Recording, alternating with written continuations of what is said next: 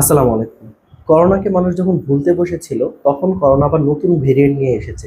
সম্প্রতি ভারত এবং বাংলাদেশে বেশ কিছু করোনা পজিটিভ পেশেন্ট পাওয়া গেছে, যা ভিন্ন ভেরিয়েন্টের, যেটা বলা হচ্ছে NB1.8.1 আর ওমিক্রন XFG। এই ভিন্ন ভেরিয়েন্টের করোনা কিছুটা ব্যতিক্রম, কারণ এদের সংক্রমণের হার বেশি, আর এর উপসর্গগুলোও আগের করোনা ভেরিয়েন্ট থেকে একটু ব্যতিক্রম। তা হচ্ছে এতে জ্বরের প্রাদুর্ভাব একটু কম দেখা যাচ্ছে, এর পরিবর্তে গলা ব্যথা, গা ব্যথা, গিরায় ব্যথা বেশি দেখা যাচ্ছে।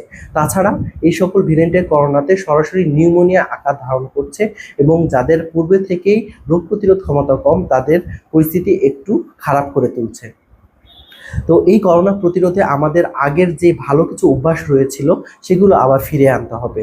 যেমন বাইরে গেলে মাস্ক পরা, বাইরে থেকে এসে নিয়মিত হাত ধোয়া, ওভার ক্রাউডেড স্থান একটু এড়িয়ে চলা। মোটামুটি এগুলো যদি আমরা মেনে চলি, তাহলে কিন্তু করোনা অনেকাংশে প্রতিরোধ করা সম্ভব। সবাই সুস্থ থাকবেন। ধন্যবাদ। আসসালামু আলাইকুম।